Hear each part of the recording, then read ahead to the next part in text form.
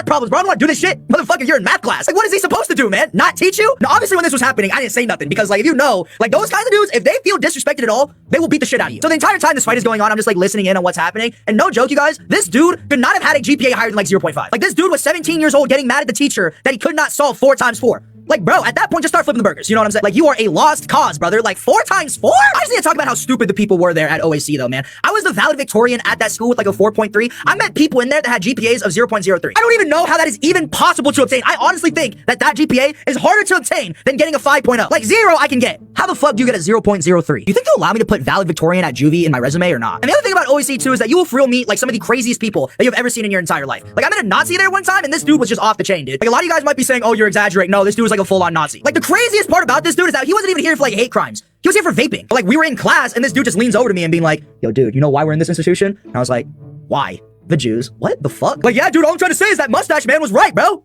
The fuck? I had no idea why he was even telling me this information anyway. I'm Asian, dude. I'm not your target demographic for this information. Like, what did he expect me to do, bro? Elon Musk it? Like, I don't know. The amount of pedophiles that I met there, too, was way more than it should have been. Like, there were 10 people at OEC that were there for being predators, and I don't know about you, but I feel like that's just way too many than there should be. I was friends with one of them, and I had, like, no idea until, like, the last week of my sentence when I finally asked him, like, what he was in there for. This dude was 14, he was in there for having sex with, like, a 6-year-old. Like, yeah, dude.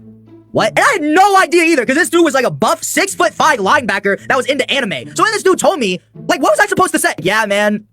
They do that. Like, I don't know. It's not like I can say anything about it right then and there, because like I said, he's like 6'5", 240 pounds. He would literally sit on me and I'd die. Safe to say, I did not talk to that dude anymore after that. I obviously have a ton more other stories to tell, but this is the one that I want to end off with, just because of the fact that it's my favorite one to tell. Something that OAC has is ISS, or in-school suspension, where you have to spend the entire school day in a locked room for the entire day, right? And how this ISS works is that there's one teacher in there, and all the students are in there, but the door is locked on the outside. So if you want to get out, the teacher has to open the door manually themselves, right? Super simple, super safe. One of these days, there was only one student